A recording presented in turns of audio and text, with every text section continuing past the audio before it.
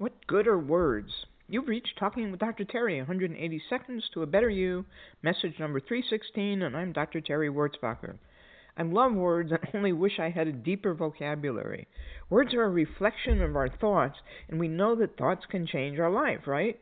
So it only follows then that words can change our lives as well. How many times do you say, I'm sick and tired of this, I'm sick and tired of that? If that's one of your phrases, think about your life and see how often you feel tired or maybe even how often you get sick. I'll give you an example. Since I was a salty sailor for 30 years, my language was just as salty.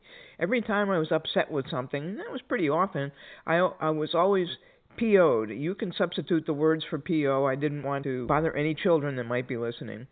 So guess what one of my major health issues is? Kidney disease. Is that just a coincidence? I don't think so. You might, but I don't. You've heard Dr. Gilbert talk about the way to become lucky is to believe you're lucky.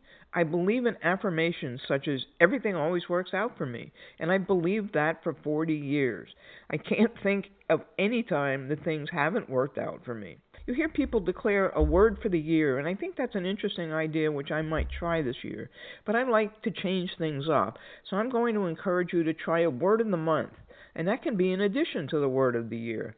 I've been doing my 2025 year in review, which I'll share with you soon. As a result of that inventory, I've decided my word for December is going to be wisdom. But I'm also going to cheat. I guess that doesn't set a good example, especially in the first month that we're doing that, but I want to have the wisdom to pause between my reaction and my response. We've talked about that several times. Because the most prominent of my parts are angry protectors, I've had anger issues all my life. So this is the wisdom to pause. I'll take any other kind of wisdom too, but wisdom will give me the divine guidance, as we say in metaphysics, to know when to pause. Why don't I use pause as my word? It's not powerful enough for me as I set off on this lesson. Maybe a few months down the road I can use pause, but now I need the wisdom to recognize when to pause. I'm suggesting you take this week to figure out your word, because maybe it can go with your post-Thanksgiving challenge with Dr. Gilbert, or maybe it's something else.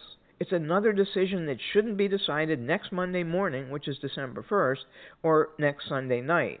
Let me know if you're going to participate and what your word is. Of course, we could all have a diamond December, but in the interim, have a diamond day.